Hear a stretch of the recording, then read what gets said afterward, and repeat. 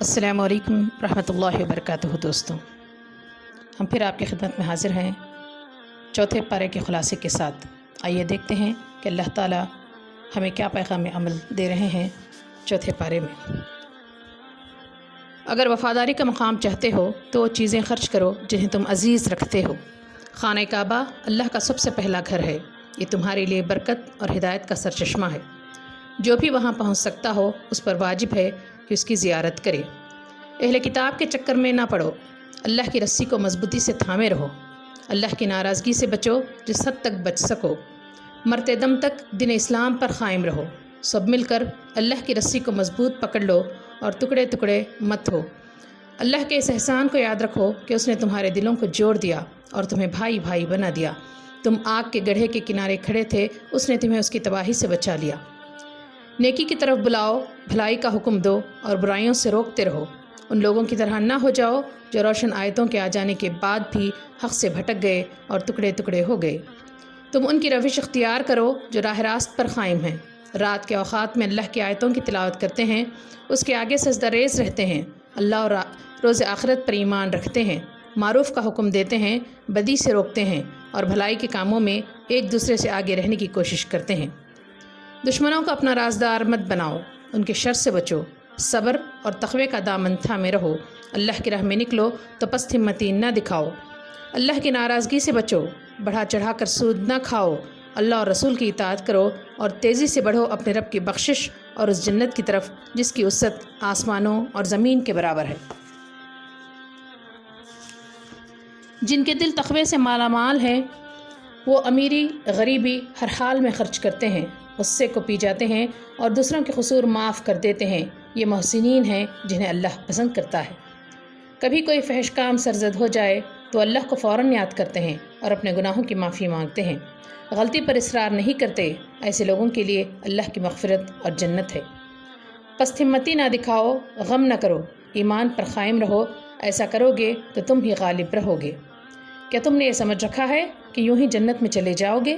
حالانکہ ابھی اللہ نے یہ تو جانا ہی نہیں کہ تم میں کون لوگ اس کی راہ میں جہاد کرنے والے ہیں اور کون لوگ اس کی خاطر صبر کرنے والے ہیں۔ محمد صلی اللہ علیہ وسلم اللہ کے رسول ہیں۔ ان سے پہلے بہت سے رسول آئے اور چلے گئے۔ اگر وہ قتل ہو جائیں یا فوت ہو جائیں تو کیا ان کا راستہ چھوڑ دو گے؟ ایسا ہرگز نہ کرنا۔ جب تک تم زندہ رہو اللہ کے راستے پر چلتے رہو، چاہے کچھ بھی ہو جائے۔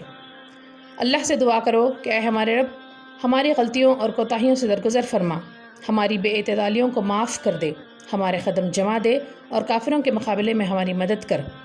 اللہ کا انکار کرنے والوں کی بات مت مانو، اللہ کو اپنا حامی و مددگار بنا لو۔ کمزوری مت دکھاؤ، آپس میں جھگڑے نہ کرو، موت سے نہ ڈرو، دنیا کی محبت میں گرفتار مت ہو اور آخرت کی طلب پیدا کرو۔ ایسا کرو گے تو اللہ کی مدد اپنے قریب پاؤ گے۔ اللہ سے ڈرو، شیطان کے ساتھیوں سے نہ ڈرو، ان کی سرگرمیوں سے تم خوف زدہ نہ ہو، یہ اللہ کا کچھ نہیں بگاڑ سکتے۔ اظہار حق میں بخل سے کام نہ لو، یہ بخیلی آخرت میں گلے کا طوق بن جائے گی۔ یاد رکھو کہ ہر نفس کو موت کا مزہ چکھنا ہے اور سب کو آخرت میں پورا پورا بدلہ ملنا ہے۔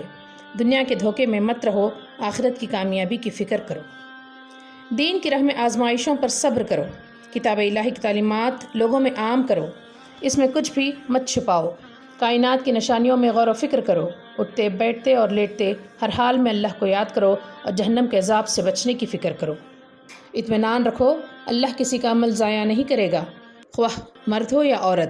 اللہ کے دین کے لیے جن لوگوں نے بھی جانی و مالی قربانیاں دی ہیں، اللہ انہیں ان کی قربانیوں کا بھرپور صلہ عطا فرمائے گا اور انہیں سدا بہار جنتوں میں داخل کرے گا۔ کافروں کی سرگرمیوں اور پیش قدمیوں سے دھوکہ مت کھاؤ، ان کا انجام اچھا نہیں ہوگا۔ صبر سے کام لو، ثابت قدم رہو، حق کی نصرت کے لیے کمر بستہ رہو اور اللہ کی نافرمانی سے بچتے رہو۔ اللہ سے ڈرو اور رشتوں کا احترام کرو۔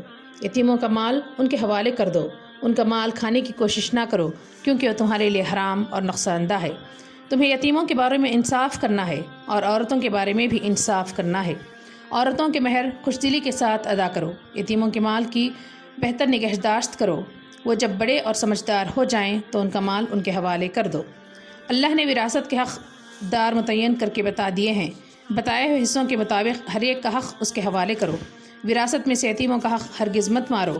تقسیم وراثت کے موقع پر عزیز و اقارب اور یتیم اور مسکین آئیں تو اس مال میں سے ان کو بھی کچھ دے دو۔ میت کے قرضوں اور اس کی وصیتوں کو میراث کی تقسیم سے پہلے ادا کرو۔ ایسی وصیت نہ کرو جس سے کسی کا حق مارا جائے۔ خاندان اور سماج میں بے حیائی مت پھیلنے دو، اسے روکنے کے لیے مؤثر اقدامات کرو۔